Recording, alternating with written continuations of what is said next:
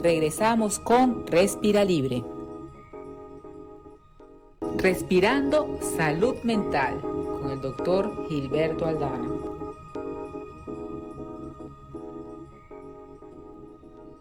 Respirando Salud Mental con el psicólogo sexólogo venezolano Gilberto Aldana.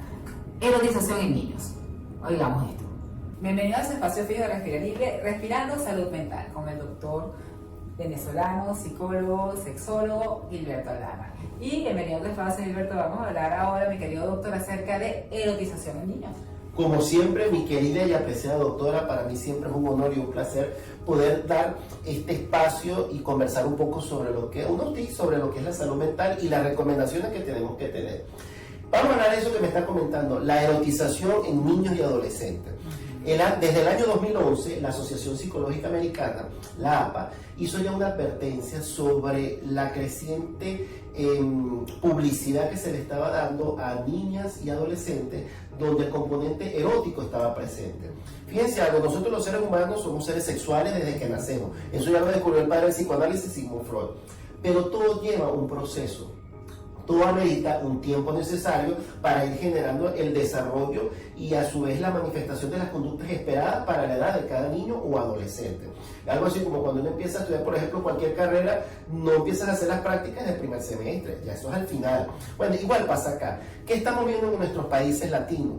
Que hay una creciente campaña a través de medios de comunicación, a través de música, a través de festivales, donde se está presentando la imagen de nuestros niños y adolescentes de manera muy erótica, muy sexualizada. ¿Qué pasa con esto? Se está haciendo una especie de invitación indirecta a la sexualización. ¿Qué pasa con esto? Yo no estoy planteando que la sexualización sea mala, no, para nada. Sin embargo, es necesario el tiempo y la edad justa o adecuada para poder desarrollar este comportamiento tan provechoso para los seres humanos. Entonces, es un llamado como psicólogo, como sexólogo a los papás que a veces en fiestas empiezan a involucrar a nuestros hijos o adolescentes en unos bailes un poco particulares, la música. En las fiestas infantiles, eso es increíble. Y es una fiesta infantil, si es de adulto, perfecto, quien no disfruta esas canciones, pero cuando hablamos de niños y adolescentes hay que tener cuidado, porque es que estamos apurando ese proceso de sexualización erótica, porque vuelve al punto, la sexualidad ya la hemos conversado en otros programas, mi querida doctora, no solamente es XX, XY, genéticamente hablando, sino también todo lo que son los patrones de interacción que nosotros hacemos como seres humanos, todo lo que tiene que ver con las características de cada género. Pero ya cuando hablamos de la sexualización desde el punto de vista coital, relaciones sexuales, ¿sí? Y si nosotros empezamos a erotizar a nuestros niños, hasta la vestimenta, vemos que niños de 14, 12 años, niñas sobre todo, que empiezan a utilizar una minifaldita, unos top que ni siquiera las glándulas mamarias están desarrolladas plenamente, y si no están desarrolladas las glándulas mamarias, ¿cómo estará la esfera psicológica? Entonces eso es un llamado muy importante porque nuestros países tienen la problemática del embarazo adolescente no planificado, donde las tasas son muy altas en nuestra región. Entonces, esto va a estar en función muchas veces de la enseñanza de los padres. Entonces, ojo con esto, mi sugerencia, y por eso la importancia de hablar de este tema el día de hoy, de tener que canalizar, sobre todo resguardar el correcto desarrollo de nuestros hijos, no solamente académico, no solamente de estudio, sino también de no instigar el desarrollo de comportamientos que son de adultos. A veces vemos niñitas, mire, yo he visto en consulta niñitas que tienen 4 añitos, 5 añitos, y las mamás, claro, para verlas bonitas, entonces las maquillan, pero bueno, como si fuera ya una adulta. Eso no está bien, ¿sí? Yo creo que incluso hasta los dermatólogos dirían, no puede ser, porque el maquillaje es para cuando sea más adulta. Entonces, eso hay que tener mucho cuidado para evitar entonces males mayores que después como papás vamos a tener que asumir. Definitivamente es así. Y en el caso de ¿cómo se le puede llamar la atención? ¿Cómo se puede concientizar? ¿Cómo un padre puede decir, oye, estoy en la edad donde ya puedo permitirle algunas cosas a mi hijo o todavía no? Más o menos, porque estamos hablando de muchas culturas, estamos llegando a muchos países diferentes y en cada país, pues la apreciación cambia. ¿Cómo podemos dar una orientación? Esto tiene ya un componente psicológico. Cuando los seres humanos somos niños, pueden ser más moldeables por los padres. Y los padres tienen un criterio deberían tener un criterio, por decir algo, formado para poder formar a su vez a nuestros hijos. Ya a partir de la adolescencia, 12, 13 años y más adelante, ya el chico comienza a generar, o la chica ya aún como está formando su propio criterio. Por eso es que se dice que en la adolescencia los hijos tienden a ser un poco más rebeldes, porque cuando te dicen, no papá, no estoy de acuerdo contigo, pero eso no implica que usted no pueda negociar y sobre todo hacerle ver que usted como padre, como madre, está dando las pautas necesarias para su correcto desarrollo.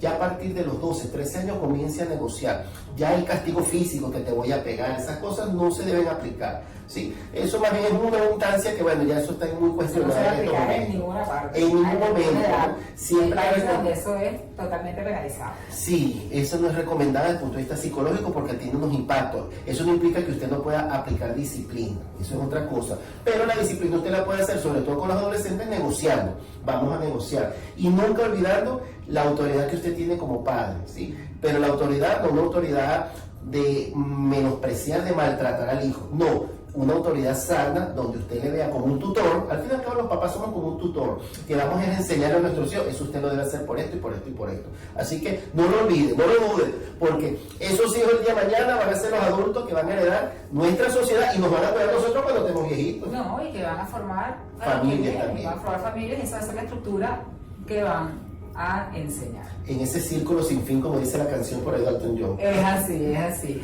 Si quieren alguna consulta o alguna orientación de su parte, mi querido doctor, ¿cómo lo contactan? En primer lugar, en nuestras redes de Respira Libre, ¿sí? Los dictámenes que estamos en la sección de salud mental. Y particularmente me pueden conseguir como Psico Gilberto Aldana en Instagram. Y estamos a la orden. Así que bueno, ya saben, cualquier duda, Psico Gilberto Aldana o en nuestras redes de Respira Libre. Y como siempre, seguimos con nuestro programa, así que quédense con nosotros. Muchísimas gracias, mi doctor. Gracias, mi doctora. Vamos a una pausa y ya regresamos.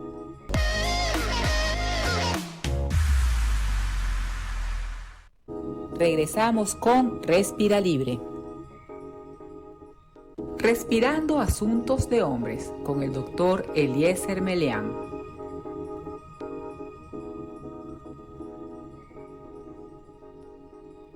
Respirando Asuntos de Hombres con el urólogo, andrólogo venezolano Eliezer Meleán. Vamos a hablar acerca de un tema súper actual, las consecuencias del COVID-19, lo que es el sistema reproductivo masculino. Bienvenidos a su espacio fijo de Respira Libre, Respirando Asuntos de Hombres, con el doctor Eliezer Meleán, urólogo venezolano, que nos encanta, como siempre, que regrese a casa. Y vamos a hablar de un tema sumamente actual. ¿Cuál es el impacto a nivel de la reproducción del COVID? ¿Qué estamos hablando, Eliezer? ¿Qué está sucediendo? ¿Qué dicen los estudios actuales? Bueno, evidentemente el COVID vino a cambiar nuestras vidas en muchísimos aspectos, tanto económicos, sociales como de salud. Las investigaciones han arrojado aristas en diferentes áreas, ya que al ser una enfermedad endotelial básicamente cualquier tejido puede ser afectado. Con respecto al área del sistema reproductor masculino, tenemos que recordar a nuestra audiencia que el virus cuando entra se une a unos receptores, que son los receptores AC2, o receptores de angiotensina. Estudios demostraron primero que todo que en los cuerpos cavernosos, ya no es el pene, en los testículos, el epidídimo, expresaban esos receptores, inclusive los espermatozoides, por lo cual los hacían susceptibles de ser infectados. Entonces empezaron a hacer análisis a ver cuáles eran las consecuencias, si eran susceptibles de ser infectados. Bueno, veamos qué pasa. Y evidenciaron un deterioro de la cabalidad seminal en pacientes que habían sido portadores o que habían sufrido o contraído esta enfermedad. Evidentemente son estudios preliminares porque los daños a largo plazo del COVID todavía lo estamos estudiando y generalmente una investigación seria puede tardar 3, 4 o 5 años. Pero lo cierto es que ahora en nuestras historias reproductivas interrogamos también el antecedente de COVID-19 porque existe una posibilidad que en el futuro sea algo relevante desde el punto de vista reproductivo. No importa a qué edad esté dando el COVID o hay alguna edad particular donde afecta más la parte reproductiva en el hombre. En general no hay estudios que lo hayan separado por grupo etario de momento, porque en el COVID vamos como a ciegas todavía en muchísimas cosas. Si nos ponemos nada más a ver la cantidad de tratamientos que han salido desde el principio hasta acá, hemos pasado por casi todos, lo que nos faltan son los restos. El resto y también lo hemos practicado. Y también lo hemos practicado, hemos pasado por esteroides, antibióticos, antifúngicos, todo. Entonces, realmente las investigaciones se están haciendo en este momento. Pero hay otro detalle más importante que le puede llamar la atención a nuestra audiencia. Es que al expresar el cuerpo cavernoso en teoría también puede causar disfunción eréctil, y hay algunos trabajos que están asociando o que están evidenciando que pacientes posteriores al COVID pueden presentar cierto grado de impotencia. No es muy claro si es porque es una enfermedad que puede ser que debilita el estrés al cual está sometido la gente durante la pandemia. Hace falta nuevamente estudios a largo plazo para aclarar si eso fue la circunstancia que rodeaba al COVID o fue el COVID per se, pero también tenemos ese riesgo ahí. Cuando hablamos de estadística siempre hay que ser muy cuidadosos. Recuerdo que mi profesora en la maestría decía que a veces podemos hacer asociaciones causales que no lo son, porque podríamos hacer un estudio y darnos cuenta que de repente llegar a una conclusión de que todas las personas que llevan encendedores en los bolsillos tienen un mayor riesgo de cáncer de pulmón. Y nos darán los números. Pero al final, si haces un buen análisis, sabrás que eran porque eran fumadores y no era porque cargaran un encendedor en el bolsillo. Entonces las estadísticas son muy importantes, examinarlas y evaluarlas bien en el contexto. Porque por eso es que les digo que no podemos sacar conclusiones definitivas en este momento, en muchísimos aspectos de lo que es COVID-19 y pandemia. Sin embargo, hay que estar alerta. Puede afectar la fertilidad y en teoría puede afectar también nuestro desempeño sexual. Pero ojo, si estás pasando por COVID-19 y apenas puedes respirar, por favor no te angusties si tienes un problema con la erección. Eso es lógico, te puede pasar. La pandemia ha cambiado nuestra forma de interactuar, nuestra forma de socializar, nuestra forma de sexualizar. Al principio de la pandemia se incrementaron las ventas de juguetes sexuales. La gente incubó, pero ¿dónde puedes estar divirtiendo 1 año y medio, 2 años? Llega un momento que tienes que confrontarte con la vida nuevamente, ¿ok? Y empezaron a incrementar la cantidad de pacientes que nos consultaban por dificultades con la erección, por deseo sexual disminuido. Entonces, nada, tenemos que seguir cogiendo calma y esperar ese día que llegaremos todos a nuevamente descubrirnos nuestro rostro al aire libre, respirando libre. Bueno, algo bien importante de lo que estamos hablando, porque día a día se está avanzando con respecto a lo que es el COVID y en todas las esferas está afectando. Sin embargo, como tú dijiste, lo primero es que se mantenga vivo, lo primero es que respire, todo lo demás tiene una solución. Así es, mientras haya vida hay solución. Ha sido un placer, creo que las ideas primordiales que queríamos transmitir para esta sección han sido abordadas y ha sido un súper grato volver a estar contigo. Qué bueno, y cuando quieran tener o poder contactarte para alguna duda o que alguna orientación por cuál de tus redes sociales. Androfertilidad por Instagram, mi sitio web es www.androfertilidad.com, igualmente mi dirección de correo electrónico androfertilidad@gmail.com. Ha sido un placer compartir con ustedes y nos vemos en una próxima edición. Así será. Así que quédense con nosotros. Muchísimas gracias, Eliezer. A ti. Vamos a una pausa y ya regresamos. Regresamos con Respira Libre. Respirando emociones, con el psicólogo Gestalt José Luis Torres.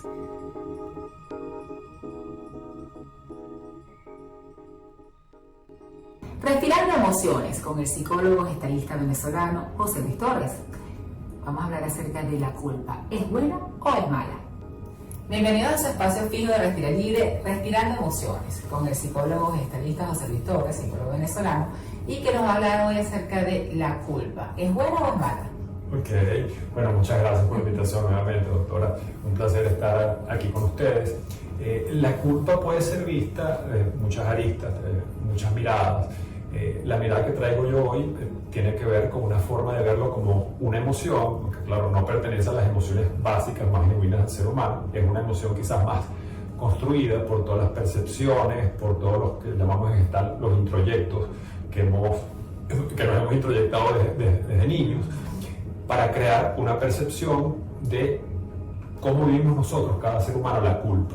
Entonces, fíjate, ¿quién se lo plantea como bueno o malo? La culpa quizás tradicionalmente ha tenido muy mala propaganda, ¿sabes? Se tiende a decir, no sientan culpa, disculpen, quítense la culpa de encima, ¿ok? Visto como algo muy negativo. Y resulta que sí puede haber una culpa buena. Fíjense, ocurre mucho, por ejemplo, en los casos de las familias, donde hay una familia, por ejemplo, que tuvo un paradigma de quizás de pobreza, y surge alguien en la familia que dice, yo lo quiero hacer diferente. Por ejemplo, mi familia no viajó nunca y resulta que yo ahorita soy un profesional exitoso y me la paso viajando. Ahí comienza a salir una culpa donde yo estoy dejando de ser leal a mi familia al no asumir unos votos de pobreza, por ejemplo. Entonces, ¿esa culpa sería buena o sería mala? Definitivamente sería mala. Sería buena. Sería buena. Claro, sería buena porque sigue mi tradición. sería buena porque de alguna forma traiciona, suena feo, se traiciona a la familia al decir, yo quiero ser exitoso, me duele porque me va a doler que mi familia no lo sea, pero yo sí lo soy, pero en función de eso digo, pero eso es lo que yo quiero para mí. Y ir entendiendo que fueron sus decisiones, que fueron sus motivaciones para que la familia fuese así y yo decidiera ser diferente. Y esa culpa va poco a poco pasando, y también la familia se va quedando tranquilo y van aceptando que yo sea exitoso, que yo pueda viajar, ¿sí? Esa culpa es buena. Es igual que la culpa, yo pongo otro ejemplo, quizá un ejemplo más gráfico. Cuando los muchachos ya tienen una cierta edad, ya pasan a ser adultos y deciden que quieren hacer su propia vida y su propia familia, y les toca dejar a papá y a mamá. Se van a sentir culpables, sobre todo si los papás tienen algo que se llama el síndrome del nido vacío, que es que no quieren soltar a los hijos y no quieren que crezcan, no quieren que se vayan. Entonces, esa culpa que sienten los hijos de dejar a papá y a mamá, ¿es buena o es mala? No, que se sientan, los padres dicen, no, que se sientan culpables por malucos, por dejarnos. Y no, es una buena culpa de decir, la vida es hacia adelante, continúo hacia adelante con mi vida, me duele ver que mis padres se quedan solitos sin mí, pobrecitos ellos que se lo pierden, mentira. Pero bueno, esa es una buena culpa, ¿sí? Luego está la culpa más tradicional, que también es sana, que quizás es una culpa que tradicionalmente se ha dicho como mala, que es estar consciente cuando hacemos un daño, sentir culpa. Eso es sano. Los psicópatas no sienten culpa cuando infringen un daño a otro, ¿ok? Entonces, el sentir culpa de cuando hemos dañado y saber que todos en algún momento en la vida podemos ser perpetradores, podemos ser personas que dañemos a otras personas, ¿ok? Es sano poder sentir una culpa al respecto. Y eso sí, lo que pasa es que toca también trascender la culpa. Sentimos la culpa y como nos afecta que le hayamos hecho daño a otra persona, también buscamos resarcir el daño, ¿ok? Haciendo algo bueno a esa persona.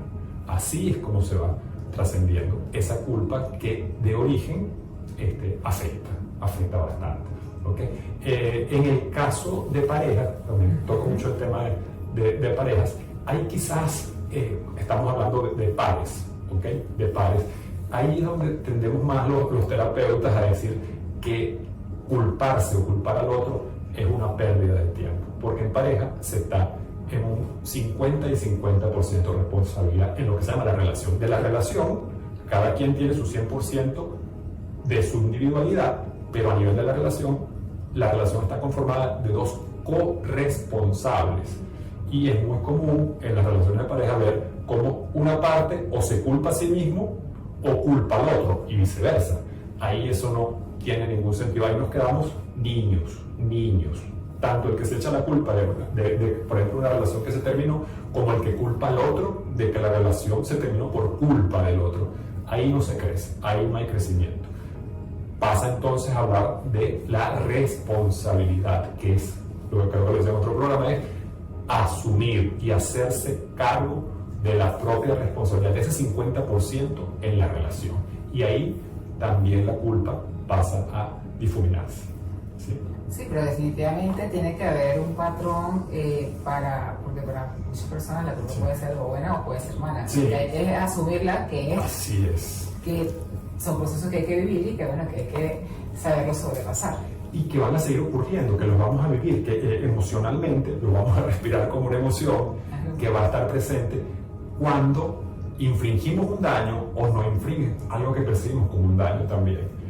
Los adultos, por eso la culpa suele ser muy infantil, los adultos asumimos, cuando se crece realmente asumimos nuestra responsabilidad y dejamos también al otro con su responsabilidad, ahí la culpa se trasciende y podemos seguir adelante en la vida, para adelante, como siempre. Definitivamente así. Y cuando pues te sientas que se necesita un poquito de apoyo, ¿cómo te podemos contactar? Bueno, primero por las redes de Respira Libre, Respirando Emociones, mi sección, que con mucho gusto vengo invitado aquí por la doctora, o por mi Instagram, @psicogallego, ahí está el enlace directo a mi WhatsApp, por favor, mensaje de texto porque lo entiendo yo mismo, sí, muchas gracias.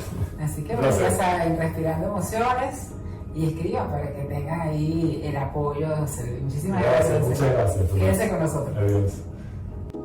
Vamos a una pausa y ya regresamos. Conéctate al poder de la radio visual. Conéctate a TNO Radio, una experiencia que te hace vibrar.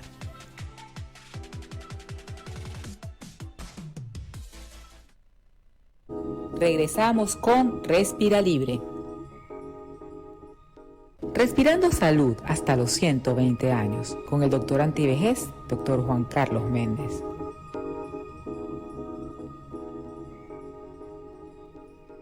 Respirando salud hasta los 120 o 150 años, con el médico antienvejecimiento venezolano Juan Carlos Méndez. Hablando de qué, algo bien actual, microbioma. Bienvenidos a ese espacio fijo de Respira Libre, respirando salud hasta los 120 años, o hasta los 150, como dice mi querido amigo, el doctor antienvejecimiento Juan Carlos Méndez, médico venezolano, que tiene un lugar muy especial en este programa porque es el que nos va a llegar a que podamos estar hasta el último día con todos ustedes. Y vamos a hablar hoy acerca de qué, de microbioma. Microbioma, o sea, lo que antes se conocía como la flora. Muy bien. Bacteriana. Bueno, resulta que tú sabes que tenemos 37 billones de células humanas. Esa es la buena. La mala que tenemos 200 billones de microbios, pues, sí, de gérmenes viviendo dentro de nosotros. Que bueno, no son tan malas noticias porque ellos realmente viven de manera sinérgica, con una simbiosis. Porque nos ayudan a nosotros, porque hacen que ese ADN que se está con el microbioma es parte del ADN de estas gérmenes que nos benefician. Que primero, para mantener esa superficie de la piel, del intestino, de las cavidades de nuestro organismo, pues obviamente lo más sano posible, produciendo por ejemplo vitaminas, minerales, evitando que otros gérmenes patógenos puedan colonizarnos y enfermarnos. Es así. Entonces el microbioma hay que saberlo administrar, hay que saberlo cuidar, hay que saberlo nutrir, porque si no, bueno, se altera y se vuelve patógeno. Entonces vienen infecciones, a veces muy inespecíficas, que se tratan con más antibióticos y matan más bacterias, tanto buenas como malas, entonces el cuerpo se queda sin microbiota. Claro, y es algo que está como de moda, ¿no?, en los últimos años, de lo que se está hablando, de lo que se está haciendo, muchas sustancias para beber, para inyectarse, para comer, para que está dentro de muchos alimentos, de suplementos, a lo mejor no estamos muy en acceso en algunos de nuestros países que llegamos, pero es el boom. Y con respecto a lo que es antienvejecimiento, ¿cómo nos afecta eso?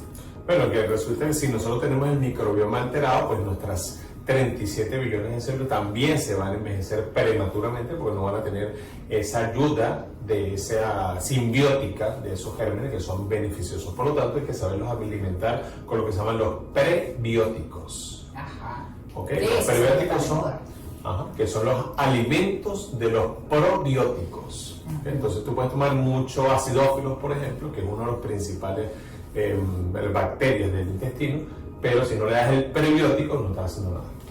Explícanos un poco para que nos está escuchando en estos momentos, ¿qué es un probiótico? El probiótico son bacterias beneficiosas que necesitan nuestro organismo para mantener ese balance interno dentro de nuestro organismo. Entonces, ¿qué sería lo que llamamos?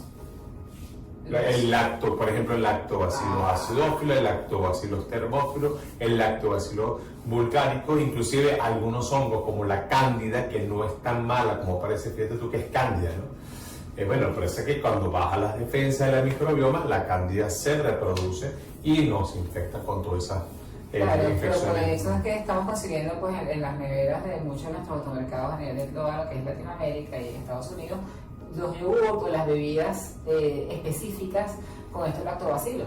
para que uno los identifique rápidamente y sepa qué es lo que puede comprar. Claro, y entonces y el tema es que mantengas esa microbioma, esa microbiota, que es otro término que hablaremos en otros programas, para que puedas mantener tu intestino, la zona genitourinaria, las vías respiratorias en las mejores condiciones posibles. Porque cuando se cambia de esa flora intestinal, por ejemplo, a la fauna intestinal, que Sí, digo que ya genera virus, bacterias, hongos, parásitos, fermentación, putrefacción, inflamación, infección y degeneración, lo que es el envejecimiento. Es así. Y si sabemos lo que son los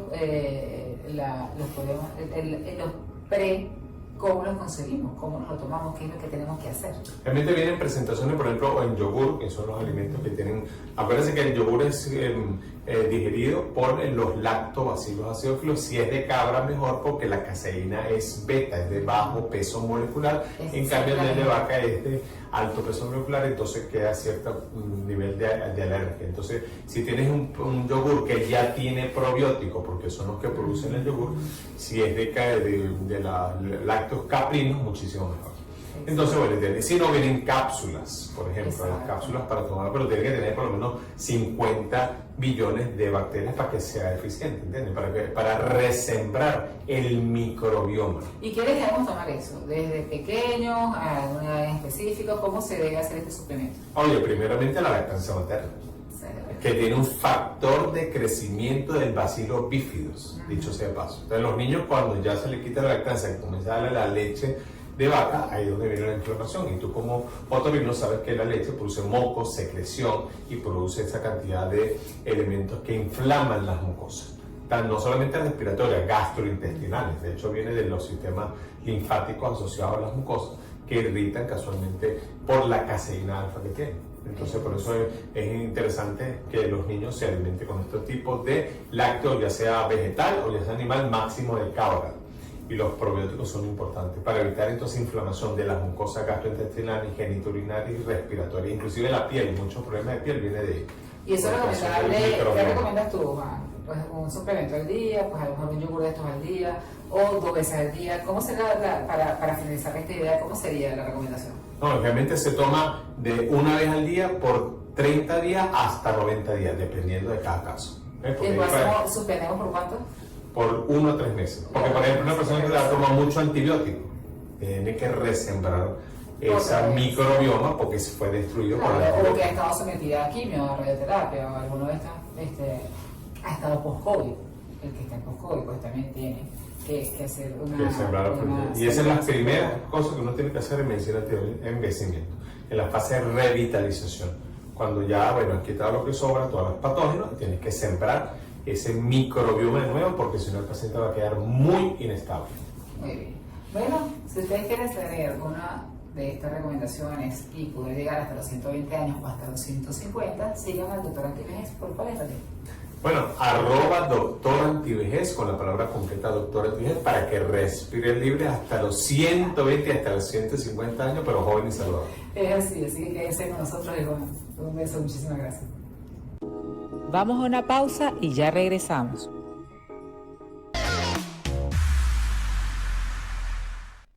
Regresamos con Respira Libre. ¿Qué hay de nuevo en Respira Libre?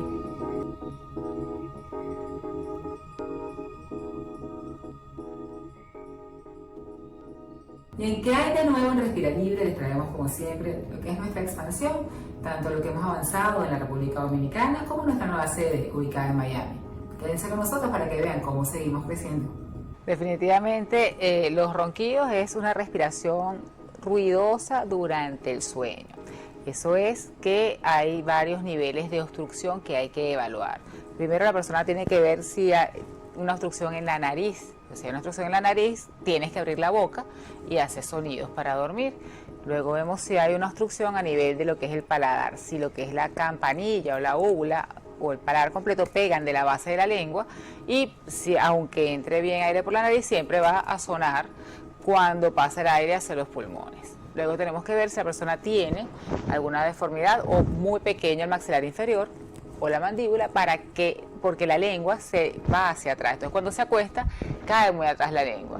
Eso es parte de las personas pues que nacen con el maxilar muy pequeño, que durante el desarrollo no crece bien, y eso también es una consecuencia de no respirar bien durante el crecimiento, porque si no se respira bien no se llenan de aire las cavidades, los senos paranasales, y la cara no queda armónica y hay un crecimiento más lento en uno que otro espacio, y eso puede ser proveniente porque no respiró bien durante la etapa de crecimiento. ¿Y cómo uno como madre, uno identifica eso? Quizás mi hijo no está respirando bien, o sea, ¿cómo uno identifica eso? Bien, definitivamente cuando se hace mucho moco, los niños son muy alérgicos, viven estornudando, abren la boca para dormir durante el sueño o tienen problemas para comer porque o comen o respiran, que durante esa etapa de crecimiento pues tienen que ser evaluados y pues bueno, también se pueden ayudar con cirugías convencionales, con cirugías como la nuestra, pero ustedes tienen que evaluar por un especialista.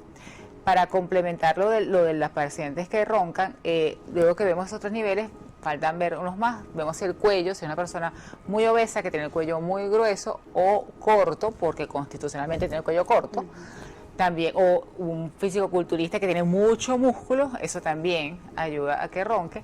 Y luego si la persona tiene, en estos momentos hay que evaluar la parte pulmonar, si es un paciente fumador, egótico, con una enfermedad pulmonar o consecuencia ahorita del COVID, estamos teniendo también muchos pacientes que han quedado con una fibrosis pulmonar y pues si tenían un problema para respirar o para roncar, ahora lo tienen más. Entonces ayudándolos con la parte superior que se desinflama la nariz, no es que se curan, no es que están perfectos, pero hay una mejoría importantísima que hemos evidenciado, ¿no? Y lo último es si el paciente es con el abdomen muy grande que impide que baje el diafragma, donde cuando los pulmones se llenan de aire, y eso le da una información al cerebro de que tiene que abrir la boca mientras está durmiendo. Entonces hay varios niveles que se evalúan.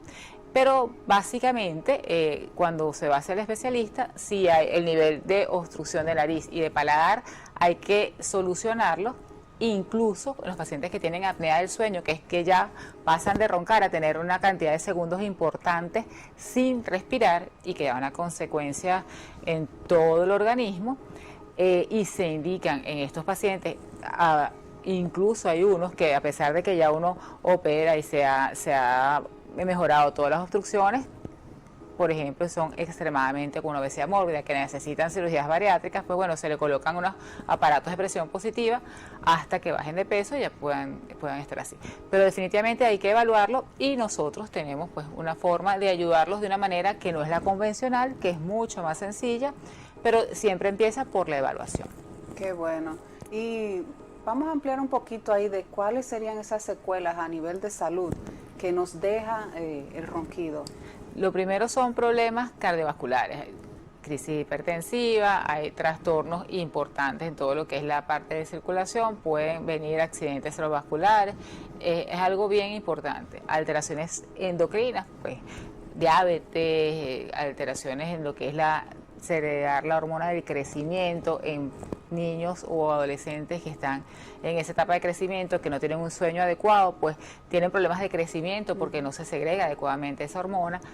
Problemas de atención durante el día, la persona incluso puede estar manejando, se queda dormida frente a un semáforo, se queda dormida, cuando es muy común ver que tú estás hablando con alguien, usualmente alguien muy obeso, que tú estás hablando y se quedó dormido. No presta atención porque definitivamente no tiene la oxigenación suficiente, pero eso puede pasar mientras está conduciendo, si es un trabajador pues del medio de transporte o si está con maquinarias pesadas o sencillamente puede pasar durante una reunión importante y la persona pues perder todo lo que es esa parte o bien sea de estudios, bien sea de trabajo. Es decir, hay una cantidad de consecuencias que la gente dice, uno lo toma como manera jocosa.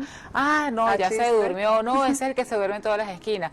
Y paso a paso eso va trayendo consecuencias muy importantes en la persona que es el compañero de habitación, porque tampoco duerme y también va desarrollando ese tipo de complicaciones de enfermedades, e incluso pues, a nivel familiar. Y si es alguien que se queda dormido manejando y choca y mata a alguien, Dios. o sea, hay una cantidad de consecuencias que no se evalúan o no se toman en consideración. Incluso hay países que hacen un estudio de sueño para dar una licencia de conducir. Eso llega a ser tan importante como eso, pero siempre tenemos a alguien que no, este es el que ronca. Pues roncar no es lo normal, es una enfermedad. No es normal, definitivamente. Doctora, ¿cómo puede una persona, porque quizá dicen, ay, que roncó un chin, que hizo un poquito de sonido, ¿cuándo podemos determinar que este ronquido amerita un chequeo médico? Todo ronquido amerita un chequeo médico. Roncar no es normal. Si usted ronca, se tiene que evaluar. Sea poquito, sea mucho, sea como un tractor. Sea poquito, sea mucho. En los niveles que hablamos, tiene que haber alguna alteración y esa alteración debe corregirse. No, porque generalmente dicen que alguna, por ejemplo, cuando usted toma de noche, a veces ronca, o por ejemplo, si está en un proceso alérgico, puede ser que te produzca un ronquido. Pero ya cuando la persona ronca definitivamente todas las noches, ya eso. Si las bebidas alcohólicas relajan todos los músculos y obviamente se relaja el paladar y eso produce que la persona ronque. Pero si cuando bebe ronca es porque tiene la base del paladar pegado a la lengua y hay que evaluar qué está haciendo ahí para que, pues bueno, se pueda hacer alguna cirugía que haga fibrosis, se levante un poco y eso no suceda. Si la persona tiene un cuadro alérgico, que es durante los cuadros alérgicos ronca, pues también tiene que evaluarse, también se corrige y se mejora la producción de moco, la obstrucción nasal y se evita pues que ronque. Es decir, cada vez que ronca hay que evaluarlo. Si ronca el paciente hay que evaluarlo y buscar una solución. Ya lo saben ustedes, cualquier ronquido, señora, si, que él roncó un chin anoche, no, mándalo para donde la doctora. Doctora, yo tengo una persona conocida que se hizo hace unos años una cirugía de sinusitis y le dio el COVID. Y de verdad que él dice que se siente terrible y todo ese problema ha vuelto a presentarlo de lo que ya le habían corregido con una cirugía anteriormente. ¿Cuál sería el riesgo de las personas con estos tipos de problemas, quizás nasales o con cirugías anteriores, de cara al COVID? De cara al COVID, por algo estamos en una pandemia, porque es un proceso inflamatorio de la mucosa nasal particularmente, ¿no? Por eso es que se toma la muestra para saber si tiene COVID o no a nivel de la mucosa nasal bien posterior. Cuando se inflama y la persona ha sido sometida, sobre todo en procesos de sinusitis, y fue hace muchos años que hacíamos cirugías abiertas, con cavidades muy abiertas, muy cruentas, que era parte pues del momento cuando se hacía ese tipo de cirugía, siempre va a tener problemas de circulación de lo que son la cantidad de secreciones. Una persona normal, adulta, que no sea alérgica, produce 1,5 litros de moco diario, porque eso es lo que se necesita para que se limpie, se humedezca el aire, para que llegue adecuadamente a los pulmones y se haga todo el intercambio. Esas secreciones, cuando hay una inflamación, cuando hay cualquier virus, no sea COVID, pues se aumenta doble o triple. Si ha tenido una cirugía previa hace años con cavidades grandes, que se quedan estancadas las secreciones porque no permite el movimiento adecuado con las cirugías que se hacen en la actualidad, eso ha cambiado, por eso es que hemos evolucionado, se queda estancado. Y si aparte de que tuvo COVID, a lo mejor tuvo alguna alteración o inflamación, que tuvo una pequeña fibrosis pulmonar, pues la persona realmente está afectada. Entonces, como te comentaba, pues nosotros podemos ayudar a que algo mejore, pero siempre hay que ver cuál fue la secuela que dejó el COVID. Ya COVID es algo que estamos trabajando, estamos todos nuevos en esto. Este es un centro que es una franquicia de un centro piloto que está en Venezuela, y ahí sí hemos trabajado todo desde que empezó el COVID con pacientes, muchísimos, sí. Aquí sí estamos empezando ahorita en enero, y todos los pacientes que hemos tratado allá, sí hemos tenido pacientes que hemos logrado que mejoren algo, sobre todo la parte del olfato o en eso de la sinusitis, pero los que han tenido una afectación importante a nivel pulmonar, pues no hay mucha ayuda de mejoría franca, pues hay de estabilizarlos, de que tengan una mejor calidad respiratoria, algo, pero siempre el COVID, cuando deja secuelas pulmonares, es importante. Hay que tomar acciones en ello. Es muy bueno tomar eso en cuenta.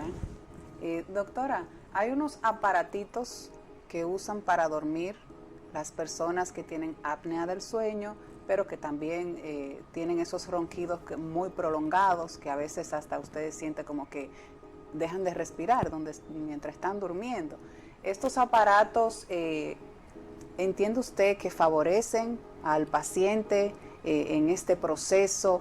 ¿Qué tan positivo es su uso en la actualidad? No, lo que pasa es que a esos aparatos se llaman CPAP o BiPAP, son aparatos de presión positiva, que la persona que se queda sin respirar hace que la presión positiva pues abra la vía aérea y se mantenga ventilado. Estos aparatos, cuando se colocan habiéndose descartado de que ya no tenga o cuando ya se evalúa si es necesario, a pesar de que ya se hizo una cirugía nasal, de que tenga un espacio adecuado en nariz, un espacio adecuado en paladar, pero el paciente tiene a lo mejor otro tipo de enfermedades, una obesidad mórbida, o el paciente, pues un paciente que a lo mejor está en quimio o tiene algún otro proceso o alguna pues asimetría maxilar, alguna consecuencia de una cirugía, y que a pesar de tener un espacio adecuado necesita la presión positiva, está perfectamente bien indicado, porque la persona pues puede morir con apnea del sueño, o sea, puede llegar hasta la muerte porque se queda sin respirar. Sin embargo, cuando el aparato se indica sin haber evaluado bien si hay una obstrucción, si hay crecimiento de cornetes, si hay algún tipo de pólipo nasal, si el paladar pues se puede corregir, pues también el uso del aparato no beneficia tanto porque hace una presión positiva en algo que está obstruido. Pues también su fin no se logra, entonces hay que primero evaluar, abrir esas cavidades, mantenerlo ventilado, y en algunos casos especiales pues son aparatos necesarios para mantener la vida del paciente, pero en algunos casos, no en la generalidad como muchas veces se indica. Es cierto que ese aparataje, eso es como una mascarilla. Es una mascarilla y la gente tiene que, si va a viajar, llevársela para el avión. Por eso digo, tiene que ser evaluado bien de que la indicación realmente tenga ya todos los espacios perfectamente abiertos, porque por ejemplo nosotros en la actualidad, nosotros tenemos 16 años haciendo esta técnica y más de 2.000 pacientes, y hay muchos aparatos de presión positiva, como te hablo, en la experiencia de Venezuela, nos las han dejado para que los donemos, porque ya después de la cirugía no lo necesitan, porque cuando se indicaron no se diagnosticó adecuadamente si había o no una obstrucción, pero cuando se necesitan. Cuando se necesitan hay que usarlo y hay que cargar con esa maletita. Una vez que usted estar vea, pendiente de esa agua cuando se está terminando. Exactamente. Una vez que usted vea que de verdad no tiene obstrucción y que a pesar de no tener obstrucción, a pesar de haberse hecho su cirugía, de haberse tratado y todo, y persiste, bueno. Pero yo he pensado que eso también genera como cierta independencia en la persona, porque, lo usan, pero ya si una semana no tienen eso, no pueden dormir sin el aparatito, como que crea cierta dependencia. Sí, sobre todo psicológica. Sí, a nivel psicológico. Sí, es así. ¿Quiénes roncan más? ¿Los hombres o las mujeres? ¿Hay alguna estadística que diga quiénes roncamos más? Los hombres. Los hombres, pero no es que las mujeres no, pero sí, los hombres, constitucionalmente sí, los hombres. Hay mujeres, señores, que de verdad roncamos, sin importar la edad. Doctora, antes de pasar a la pausa, ronquidos en niños, adolescentes, ¿qué tan? Usted tocó un poco al principio, pero a mí me interesaría que usted me amplíe un poquito más de qué tan dañino, perjudicial puede ser para la salud de un niño adolescente roncar. Claro, los niños muy pequeños, menores de 4 o 5 años, hay que evaluar si tienen un crecimiento de tejido adenoideo, que son el tejido linfático donde se producen los glóbulos blancos, la defensa del organismo, los primeros 2 años de vida, que es grande porque no tiene la médula ósea adecuadamente madura, ni el timo, ni el vaso, y crecen ahí los glóbulos blancos hasta los 2 años. Quiere decir que todo niño que tenga un crecimiento de adenoides grande, que usualmente hasta los 2 años, y si sigue 2, 3 años, usualmente va disminuyendo, pero si se queda, pues hay que quitarlo, hay que operarlo, no puede esperar a que cuando crezca, porque ya se le deformó la cara, ya no tiene, incluso pues la consecuencia para el resto de la vida del maxilar inferior más pequeño, hacen el pecho, pectoral excavatum que se llama, que no puede desarrollarse bien, entonces hay que evaluarlo. no todos los problemas en los niños son de adenoides grandes, que también es como un tabú. Nosotros operamos niños de los 2 años porque muchas veces no se evalúa adecuadamente y se cree, bueno, eso es adenoides y no lo voy a operar. No, a lo mejor es que ya no hay un problema de adenoideo, sino que es un niño alérgico, con herencia alérgica, que los cornetes son las estructuras laterales que crecen, están grandes, que sencillamente con un procedimiento rapidísimo se puede ventilar y ese niño puede empezar a tener una vida adecuada. Nosotros tenemos experiencias, trabajos presentados con más de 125 niños con experiencias maravillosas, y que el respirar adecuadamente durante el crecimiento primero hace que tengan un enfoque mejor en lo que es su actividad docente, que es lo que tienen que hacer, más ahora que están pegados a una pantalla todo el día. Después que puedan desarrollar una actividad física, porque si no el niño tampoco puede hacer una actividad física, sea la que sea, que en este momento se están permitiendo mucho más, ¿no?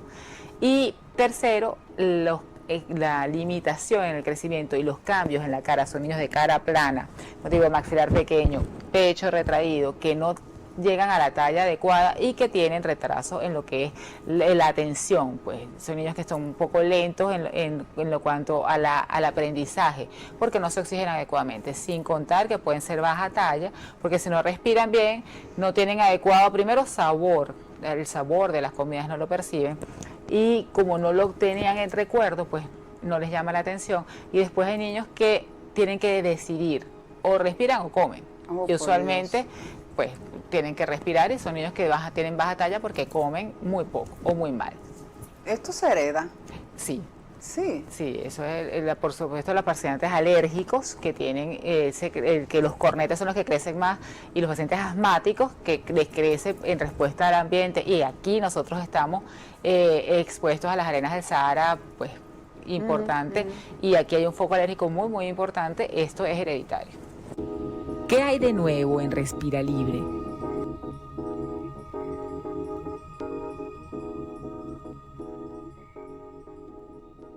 Nosotros estamos abriendo, tenemos 3 meses que ya inauguramos el Centro Respira Libre aquí en la República Dominicana, estamos ubicados en Santo Domingo. Respira Libre es una franquicia de Casa Matriz en Venezuela. Yo vengo de una larga trayectoria, vengo de ser presidenta de la Sociedad Venezolana de Otorrinolaringología en Venezuela. Y hace 16 años, ya casi 17, empecé a trabajar con láser de ojo en la parte nasal para disminuir la entrada a quirófano. Los pacientes que necesitaban entrar a un quirófano por problemas de cornetes grandes, poliposis nasales, pues tabique desviado, construcciones importantes, rinítico. Empecé a trabajar hasta que logré hacer una casuística de 500 pacientes, la presenté en un congreso internacional en Dubái, y a partir de ahí, pues bueno, cuando dejé mi cargo en la sociedad, decidí que, en Venezuela hay que decidir qué hacer. Sí. Y bueno, vamos a hacer un modelo de negocio de esto. Mantengo mi estructura de Respira Libre en Venezuela, pero hicimos modelo franquiciable, y la primera sede es aquí en República Dominicana. Aquí en República Dominicana. Gracias por privilegiarnos. Claro. ¿Usted tiene alguna ligazón histórica? Entre República Dominicana y Venezuela lo existe, pero también hay gente que son venezolanos, porque allá han habido muchos dominicanos, han tenido también una relación. ¿La une alguna relación específica con dominicanos? Sí, algo muy querido. ¿Que le motivaron a eso? Sí, muy querido. Yo durante 15 años llevé todo lo que era la parte de tecnología e innovación en todos los posgrados de otorrinolaringología del país, y muchos otorrinolaringólogos de este país se forman en el Hospital Militar de nosotros en Venezuela. Entonces tenía muchos alumnos, de los cuales 2 están trabajando actualmente con nosotros. Tenemos 4 otorrinolaringólogos dominicanos que están acá. También, bueno, ahorita contamos con el apoyo también de un querido alumno que es el actual presidente de la Sociedad Dominicana de Otorrino, y realmente eso fue lo que me llamó para abrir acá como primero, porque tenía los médicos muy queridos y conocidos que podían estar trabajando aquí en el centro. No, y sobre todo esa especialidad es un poco limitada en nuestro país. Yo conozco de así de entrada un solo centro, que es el Centro Nacional de Otorrinolaringología, que está en la 27 de febrero. No había otro que yo conozca de gran importancia en el país después del suyo ya. Bueno, hay muchos especialistas trabajando, pero sí, bueno, como centro estamos acá y nosotros ofrecemos todo lo que se hace a nivel de un quirófano, que puedan tener la solución sentándose en un consultorio. Realmente es una técnica que yo desarrollé para personas que tenían una limitación para entrar a un quirófano, hipertensos, diabéticos, hemofílicos, cualquiera que tenga una complicación mayor, se sienta en el consultorio, se evalúa con la cámara, con el endoscopio, vemos dónde está la obstrucción, se coloca anestesia en algodones 15 minutos y posterior a eso se retiran y con el láser se hace el mismo tratamiento que en un quirófano, pero el láser vaporiza el tejido, así como en la Guerra de las Galaxias, por donde pasa desaparece, hace que el tejido se compacte, mejore su calidad, pero también cauteriza. Entonces, al no sangrar, este método me no dice, se pone tapones, me dijo nada por el producción estilo. de su parte, me dice producción que este método fue creado por usted. Sí. El método de cirugía láser para patologías nasales y ronquidos, ¿verdad? Sí, fue creado por mí, lo desarrollé a lo largo de todos estos años. ¿Patentado dónde? En Venezuela y reconocido ya aquí en Salud Pública Dominicana. Está patentado en Estados Unidos, tiene una patente americana, está reconocida la marca registrada en Venezuela, reconocida aquí hace 3 años por ONAPI y está registrándose en la Unión Europea. Ah, muy bien. ¿Cuál es actualmente la incidencia de en la República Dominicana?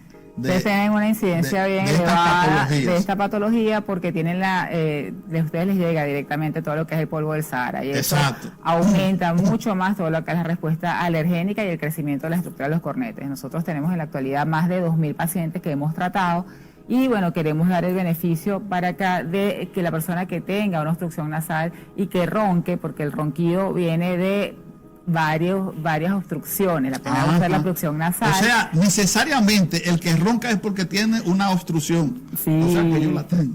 Definitivamente. Sí. Hay 5 niveles que uno evalúa: si hay obstrucción a nivel de la nariz, si hay empaladar, si la lengua pega de la base de la lengua, que eso también nosotros lo corregimos.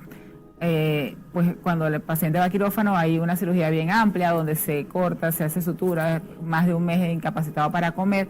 Sin embargo, nosotros con el láser, esta tecnología de este aparato es maravillosa y puede hacer fibrosis y sube lo que es el paladar y abre un espacio entre paladar y lengua. Si combinamos ambos, si hay una obstrucción en ambos, pues bueno, es maravilloso. Doctora, también se evalúa maxilar, cuello y si hay un poco de abdomen, pues bueno, hay que rebajar un poco. Doctora, usted sabe que en este país hay mucha gente que no hace cirugías nasales, ni mucho menos del ronquido, porque el número de pacientes que perecen en esa cirugía es alto en este país y le tienen miedo. Hay gente que deja de hacerse una cirugía para corregirse una patología como esa, por el temor, porque no sé si aquí es por el exceso de que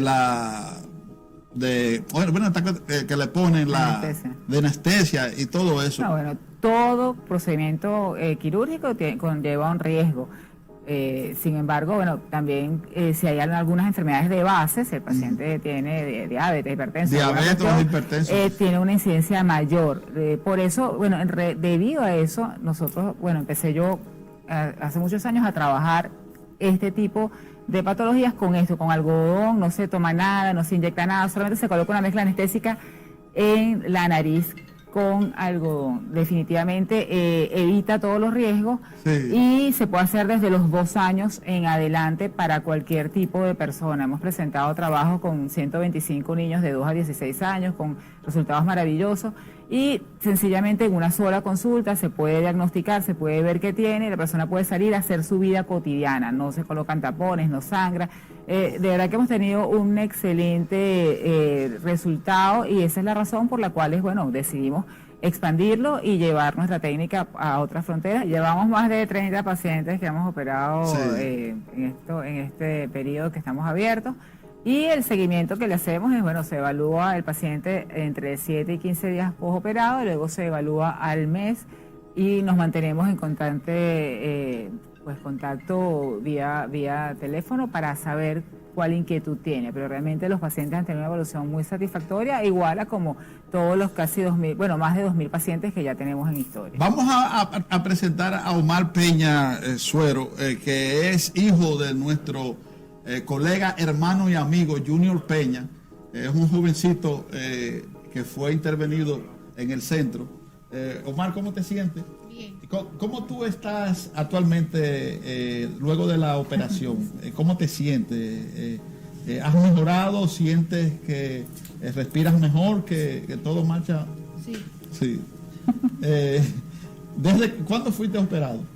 El jueves de la semana pasada. El jueves de la semana pasada. A partir de ahí sentiste una gran mejoría, ¿verdad? Sí. Y se evaluó ayer otra vez. Y se evaluó. Ayer. Precisamente el seguimiento es así, doctora. Sí, se evaluó ayer otra vez. Sí, a los 7 días. A los 7 días.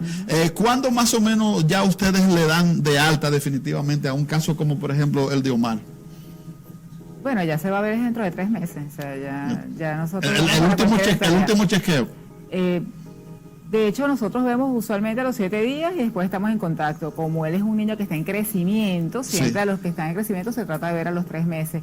Esto es algo que hemos utilizado incluso en pacientes que vienen de viaje, incluso para lo de turismo médico, y se hace la cirugía y se hace el control posteriormente, puede ser incluso hasta vía WhatsApp para dar las indicaciones de lo que hay que hacer. El láser es maravilloso. Sí. Y es una cirugía que es muy segura y es sencilla. No se siente mucho dolor, ¿verdad, doctor? Lo hacemos, él estuvo despierto, viendo, soplando. Todo el procedimiento lo estuvo viendo él mismo. Sí, claro, es sentado y su papá enfrente. O sea, permite también que los padres estén el ahí. El familiar está enfrente viendo el monitor de todo lo que se está haciendo.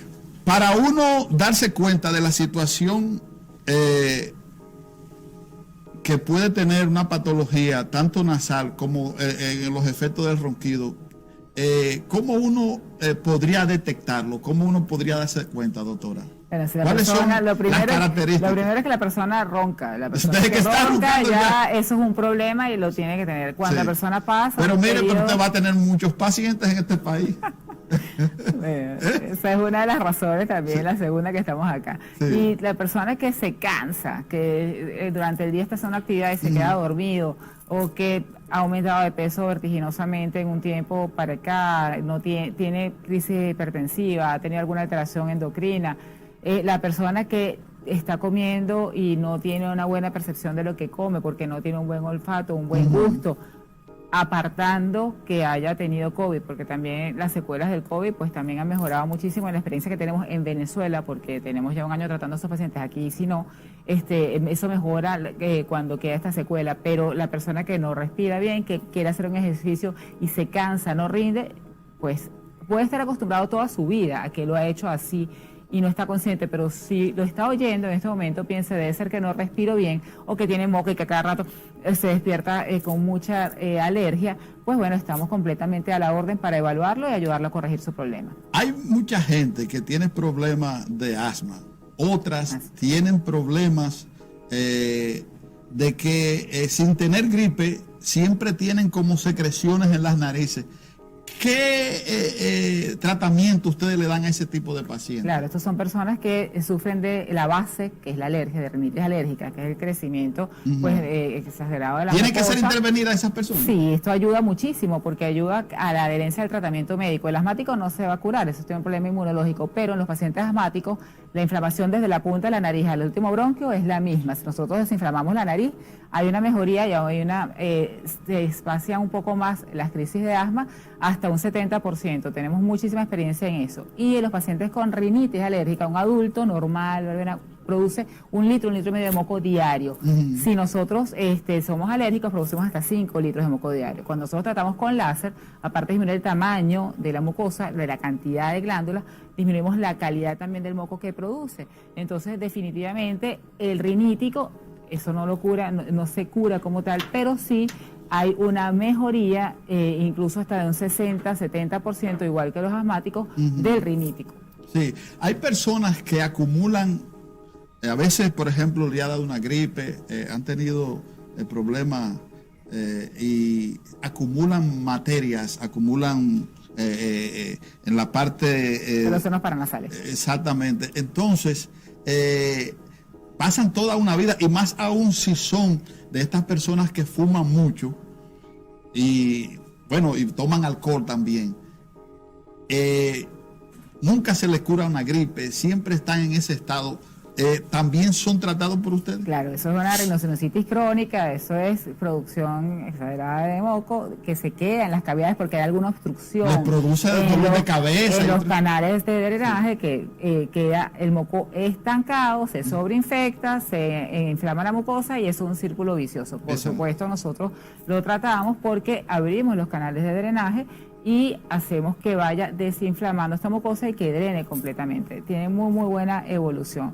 Eso es un criterio que si la persona lo sufre tiene que asistir a un especialista, bien sea que en un quirófano, bien sea con nosotros, pero sí tiene mejoría.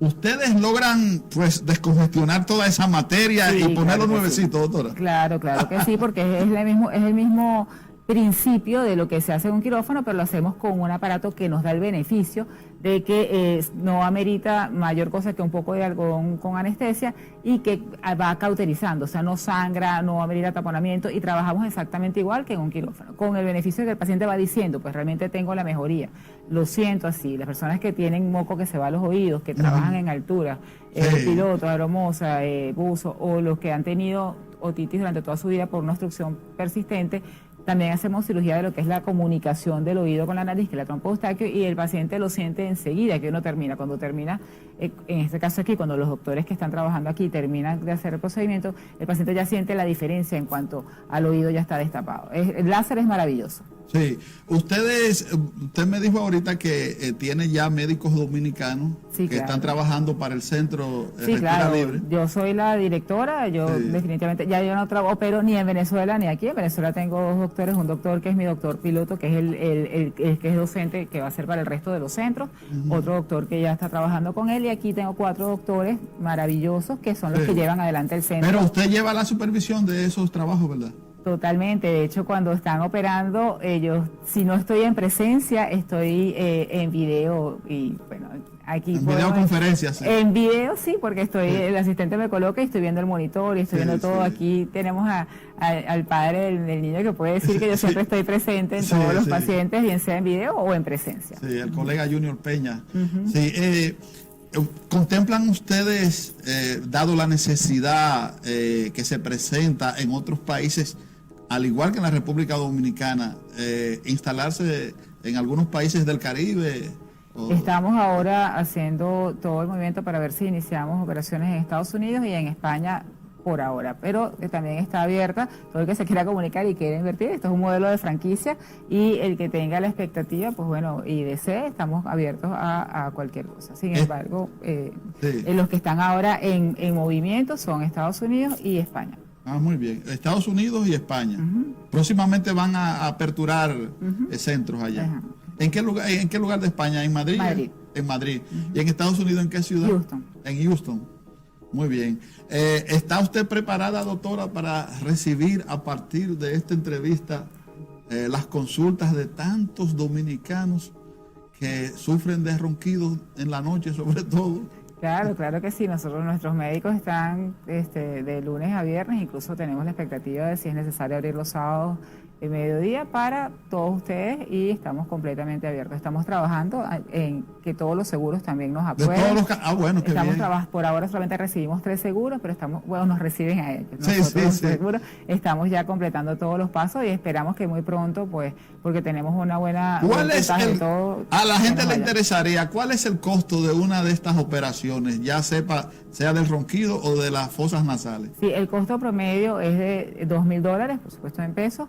Sin embargo, esto lo que representa es menos de 1/3 de lo que es una cirugía en un quirófano y no tiene por qué hacerse ni analítica, ni radiología, ni evaluación previa por ni internista, pediatra, ni anestesiólogo. Y en el postoperatorio, pues, no tiene una limitación en cuanto a su productividad y no tiene un tratamiento mayor, porque nosotros no indicamos ni siquiera antibióticos, solamente soluciones de agua de mar con válvula en spray que venden en cualquier marca comercial en cualquier país, y vitamina C. Básicamente eso es lo que nosotros damos en el postoperatorio. Bien, finalmente, doctora, la ubicación y el teléfono del Centro de Respira Libre. Nosotros estamos ubicados en Santo Domingo, en Sánchez Piantini, en el Max Enriqueña, estamos en la esquina del Diario Libre, pues valga la cuña, en Plaza Capuchino. Nos pueden ubicar en el Instagram @respiralibrerd, ahí está el Google Map, ahí está el teléfono, que vía WhatsApp, lo respondo yo misma, es 829-637-8019. Nuestra página web, respiralibre.net, y nuestro canal de YouTube, donde pueden ir a lista de reproducción a lo que es testimoniales, nuestro centro y las cirugías, que es bien interesante para que ya vayan claros de lo que están viendo. Es el YouTube es Respira Libre, estamos completamente a la orden. Respira Libre RD. Vamos a una pausa y ya regresamos. Regresamos con Respira Libre. Respirar y degustar los aromas con Jesús Nieves Montero.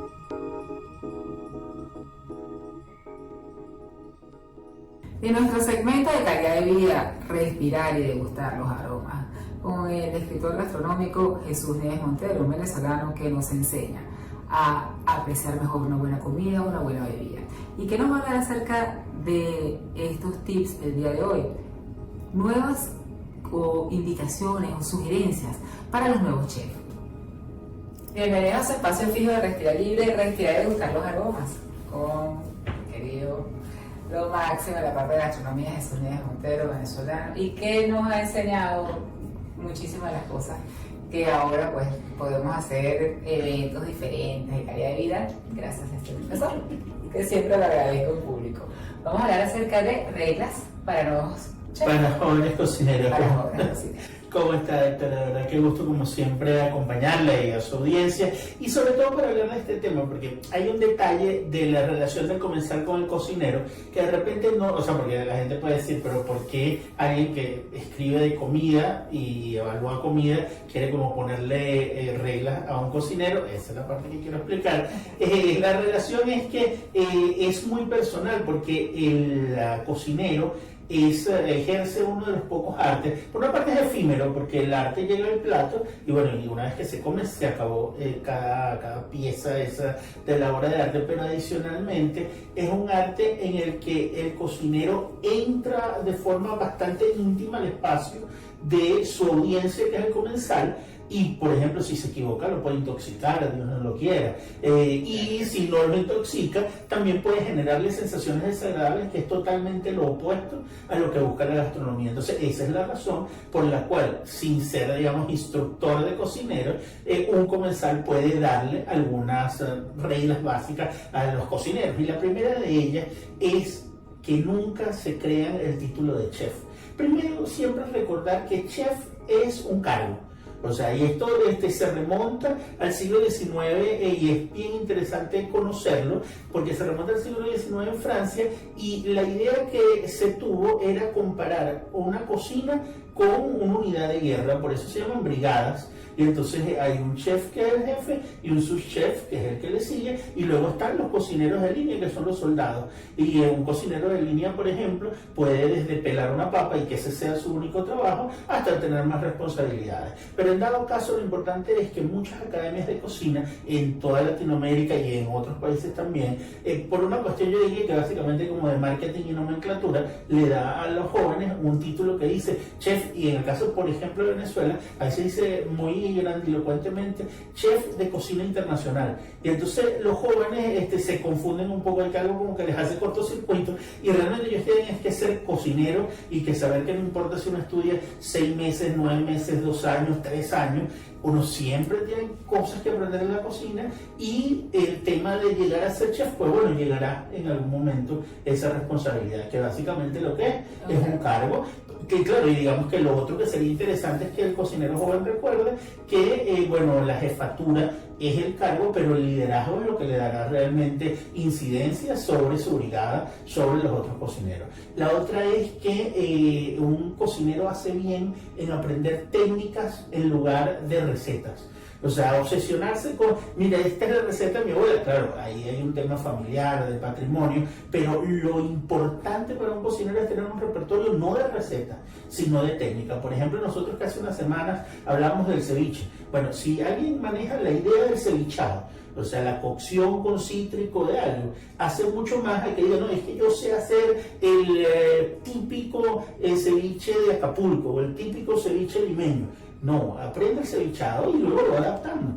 Otra hacer que típico de... Sí, claro, ¿no? Y de repente también a los productos que hay, porque esa es justamente la otra, que es que un cocinero no puede esperar a tratar de trabajar con lo que de repente ve en un supermercado. Un supermercado, digamos, es como lo contrario donde debe estar un cocinero. Un cocinero tiene, valga el coloquialismo, que patear calle y sobre todo patear mercados y en particular patear mercados. ¿Por qué digo esto? Fíjense, por ejemplo, en Ciudad de Panamá. En Ciudad de Panamá, aparte de los mercados de carne, está el mercado del marisco, donde uno puede conseguir durante todo el año un conjunto de especies muy particulares. En el caso de Caracas, Venezuela, hay un mercado chino, donde hay un conjunto de productos que se salen de lo habitual, pero que permiten, tal cual como para un pintor, aumentar la paleta de colores y poder hacer platos diferentes. Entonces, en eso que tiene que estar un cocinero. Y ni qué decir en los mercados populares. En los mercados populares donde a veces llegan productos que uno ni sabe que existen y que tienen que preguntarle al proveedor, bueno, ¿qué es esto? ¿Cómo se usa esto? Y llevárselo a la cocina y picarlo y probarlo y ver que eso sea así, ¿no? Entonces, esa es otra regla importante. Otra, no tratar de sorprender a nadie. Todo problema, toda pesadilla en la cocina comienza cuando el cocinero quiere hacer la salsa más concentrada, hacer el bistec, el churrasco con las marquitas más marcadas. No, o sea, tú tienes que cocinar bajo la técnica y lo que sabes y que la comida al final sea sabrosa. O sea, porque con el tema de las técnicas de vanguardia ha habido un poco de desinformación y de distorsión, que la gente quiere hacer la espumita, la gelificación, la cosita, pero luego la cosa no sabe a nada. Entonces tiene que ser sabroso, tiene que ser sabroso. Otro elemento también es que el chef hace bien en conocer, y creo que no en balde, por eso muchos grandes chefs son arquitectos, estética. ¿A qué me refiero con eso? Al sentido de la belleza, pero el sentido de la belleza no, digamos, como paralizar, claro, pero armónico, no al estilo, digamos, griego. O sea, eso fue hace miles de años. Entonces lo que tú necesitas es entender, por ejemplo, en buena parte de Latinoamérica se hace carne deshebrada, con la falda de la res, ropa vieja, carne mechada, le dicen. Eso, estrictamente hablando, no es, entre comillas, bonito bajo un criterio, digamos, francés, pero tiene una belleza inherente. Es, por ejemplo, como en la cocina francesa, estrictamente hablando, el coq au vin, que tiene el fermentado de uva, con el que se cocina muchísimo tiempo el gallo. Allí ese es un plato que bonito no es, porque bien hecho queda negro. O en el norte de Italia está el brasato al barolo, que es un pedazo de carne de caballo cocinado también muchísimo tiempo. Bonitos, como uno cree, no son, pero uno tiene que entender que la belleza tiene otros caminos. Entonces tiene que conocerlos allí. Otro importante, tiene que conocer las reglas para poder romperlas.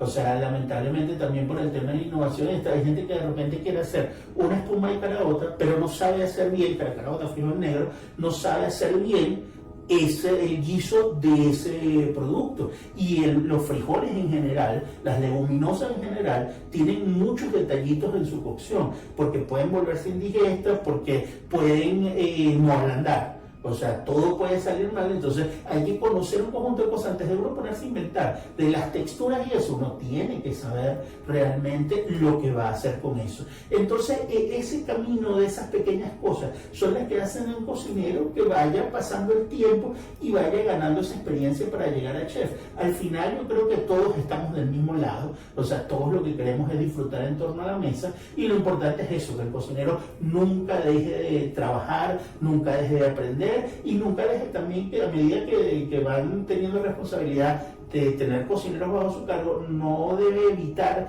o debe evitar que su cocina se convierta en un lugar estancado. O sea, las cosas que funcionan hoy, capaz no funcionan mañana. Las cocinas deben ser un espacio de aprendizaje para todos. Entonces, de verdad que esa es una invitación a los jóvenes cocineros. La gente por vía lo que eso es algo que brevemente es interesante explicar. Vía los concursos de cocina y los chefs celebridades se han convertido en una cosa muy apetecible ser chef, y eso está muy bien. O sea, antes las familias se escandalizaban porque alguien fuera a ser cocinero, pero entonces uno no se debe dejar llevar por eso, sino por el trabajo duro, y esa es mi invitación. Es así. ¿Y qué más pueden compartir de todo lo que tú escribes? ¿Por dónde te siguen? Siempre en esnogourmet.com y en @esnogourmet en todas las redes sociales. Bueno, está el artículo de las 10 reglas, pero hay muchísima información para jóvenes cocineros. Así que ya saben, @esnogourmet. Muchísimas gracias, Jesús. Qué placer. Quédense con nosotros. Vamos a una pausa y ya regresamos. TNO Radio, la primera radio online de Venezuela.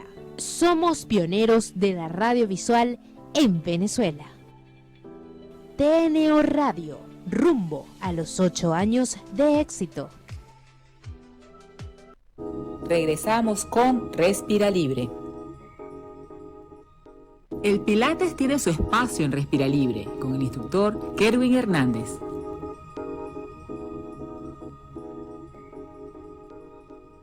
Y el Pilates tiene su espacio en Respira Libre con el entrenador Kerwin Hernández, mi entrenador personal. Así que muévanse un poco aquí en Respira Libre. Hola, bienvenidos una vez más. El Pilates tiene su espacio en donde en Respira Libre. Mi nombre es Kerwin Hernández y voy a hacer un ejercicio que vamos a trabajar muchísimo todo lo que es la parte abdominal. Implemento un mat, ropa deportiva y las ganas de seguir obteniendo salud y bienestar. En base, primero que nada, la respiración. Nos vamos a colocar justamente de cúbito supino o el famoso boca arriba. Con mucho cuidado te vas a ajustar. Busca la manera que no te vaya a afectar ni la lumbar ni la cervical. En esta posición en la que estoy en este preciso momento, voy a llevar las manos hacia mi cabeza y voy a estar sumamente relajado. La idea es que las manos sean, digamos, la almohada y la cabeza va a estar apoyada en tus manos. No trates de levantar la cabeza y que la mano no haga absolutamente nada. No, levanta tus manos, levántalos y que automáticamente la cabeza está levantada, ¿vale? Quiero que te relajes todo lo que es la cervical. Desde esta posición en la que estás, nos vamos a enfocarnos en la respiración. Inhalando, expande tu costilla. Exhalando, hunde el ombligo. Dame las manos. Vuelvo otra vez a inhalar. Y exhalando, hunde los manos. Si quieres, existe un poquito más, puedes levantar la cabeza. Una más. Inhala. Exhala. Vamos a ejecutar el movimiento. Vamos a llevar nuestras rodillas lo más cercano a nuestro pecho, exhalando y bajando los pies, inhalando. Exhalo, subo, inhalo, bajo. Vamos a bajar también, vamos a fortalecer todo lo que es flexores de cadera con los famosos ingles, ¿ok? Así que te excitaré un poquito, genial. Estamos trabajando justamente en la parte baja del abdomen. Trata que sea un movimiento sumamente coordinado, fluido. Recuerda recalcar muchísimo los principios de Pilates. Exhalas al subir, inhalas al bajar. Me vas a dar 2 repeticiones más. Súper. Una más. Exhalo. Y de allí me voy a acostar nuevamente. ¿Qué otro puede ser el ejercicio que tú puedas aumentar la intensidad? Puedes hacer de la siguiente manera. Levanta la cabeza. Y de allí lo que vas a hacer es llevar extendiendo y flexionando las rodillas. Tienes que tener mucho cuidado en lo siguiente. Cuando vayas a extender la rodilla, cuidado con la lumbar en arquear. Si la estás arqueando, te recomiendo que extiendas las rodillas, pero llevando los pies un poquito más al techo, para que la columna no esté esforzando su movimiento o su postura de más para que puedas subir la pierna. Así que tengan mucho cuidado en buscar el rango que corresponde hacia tu anatomía o hacia tu cuerpo para que puedas realizar de la mejor manera el movimiento. Ahora, en cuanto a las series y las repeticiones, yo te recomendaría que hagas 4 series de 8 a 10. ¿Por qué de 8 a 10? Para que vayas agarrando el ritmo de lo que es la conciencia, de lo que es el movimiento y sobre todo le des bastante énfasis al abdomen. Después de allí, ya cuando te sientes sumamente cómodo, vas aumentando la repetición y vas aumentando la serie, ¿vale? Vas a obtener resultados sumamente rápidos si lo tomas en cuenta entre 3 veces a la semana con esta rutina, con otras rutinas que hemos trabajado ya anteriormente, los puedes complementar y los resultados van a ser sumamente rápidos. Con 3 veces a la semana y tomando en cuenta que en 3 semanas vas a tener esos resultados más de conciencia, resultado físico, ya eso es añadidura y eso lo vas a ir obteniendo a medida que va pasando el tiempo, ¿vale? Esto ha sido por hoy, espero que les haya gustado, cuídense muchísimo y nos vemos la próxima semana. El Pilates tiene su espacio, ¿en dónde? En Respira Libre. Chao, chao. Vamos a una pausa y ya regresamos.